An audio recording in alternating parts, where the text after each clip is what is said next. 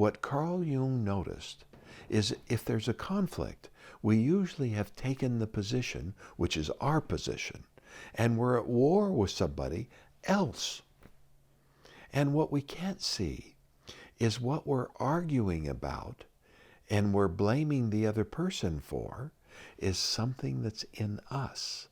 So conflict liberation is taking the part of the conflict that's connected to the me that I can see, what Jung called a persona, and the part of the conflict that's connected to the me that I can't see, what Jung called a shadow. And the conflict intensifies. The polarity, the war increases until it becomes so strong. And then what we do is we help the individual bring the unconscious content that's in shadow into consciousness. So now we can see that both sides of the conflict, the apparent conflict, is in us. And then we either break down and we run away to fight the war another day, or we break through and resolve the conflict, right? We see that it's just an apparent conflict. It's not a real conflict. And the absolute truth is there never was a conflict,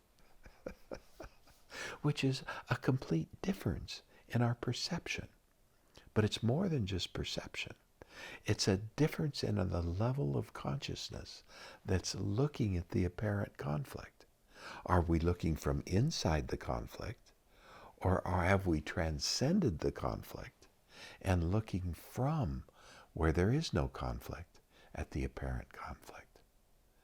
This is what we're doing in conflict liberation, right? So, for example,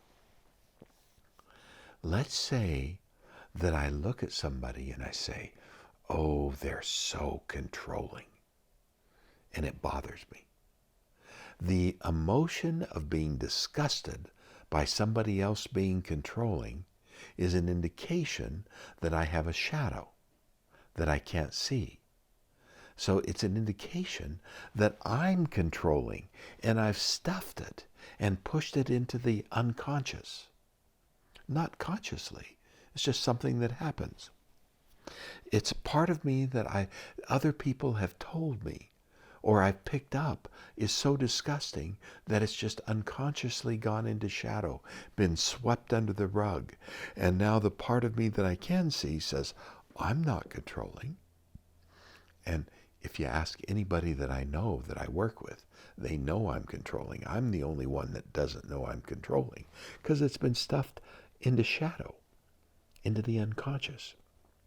So when I run into somebody, because I can't see my controlling nature, I project that controlling nature onto them.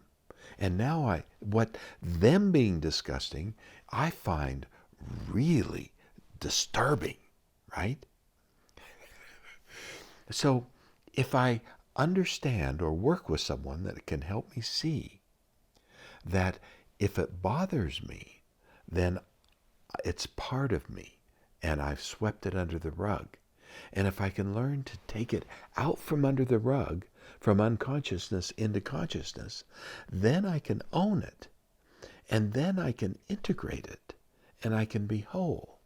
Because we need to be controlling. If we can't ever be controlling, people are going to walk all over us.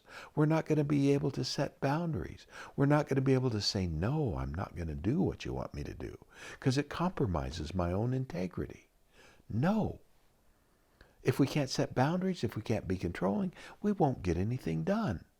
Does that sound like anybody you know? Does it sound like you? It sounds like all of us. We all struggle with this problem. So that's an example where we look at our own controlling nature, we bring it into consciousness, and then we own it. We admit that we're controlling to ourselves. Everybody else already knows it. And then we can integrate that part of ourselves that we desperately need to be whole into our whole personality. But it doesn't stop there. because that was suppressed at a certain age, a certain level of development. So it's going to have a certain level of maturity, and it's probably really immature. So now once we've acknowledged it, we've owned it, we've integrated, now we have to nurture it so that it can become an adult level of controlling, and not a 5-year-old or a 13-year-old level of a way of controlling people. So do you see how that whole process can be so liberating? It's just really important. And that's just one example. You know, what about anger? The angry part, the aggressive part of my personality, the aggressive self. Same thing, right? If it wasn't all right to get angry in my family, there's only room for one angry person in a family. So if it was my dad or my mother, then I had to suppress my own anger. So if I can't get out, where does it go? It goes in. That anger at others that's not allowed becomes self-loathing and a sense of inherent worthlessness. So I start telling myself the story, oh, I'm worthless. I'll never be any good at anything. And what I need is to reclaim some of that energy that got suppressed along with the aggressive subpersonality, the angry subpersonality. And I need to bring it out of unconsciousness into consciousness, where I can see it, where I can own it, where I can integrate it.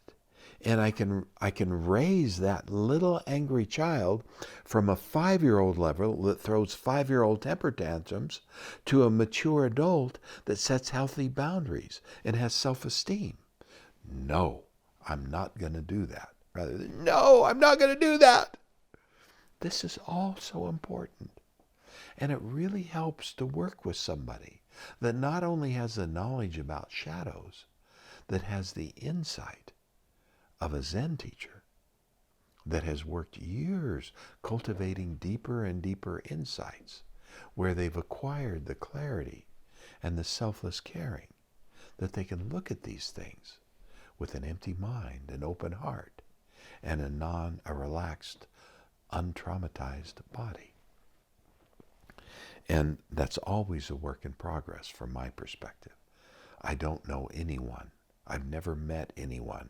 All the Zen masters, the Rinpoches that I've met, I don't know anyone that I can say is completely enlightened, because they all can be triggered. This is awake. This is not awake. And every time I can be triggered, I'm not awake. And every time my mind is empty, my heart is open, and my body is relaxed, and I'm completely present, I'm awake. And it's no different for you.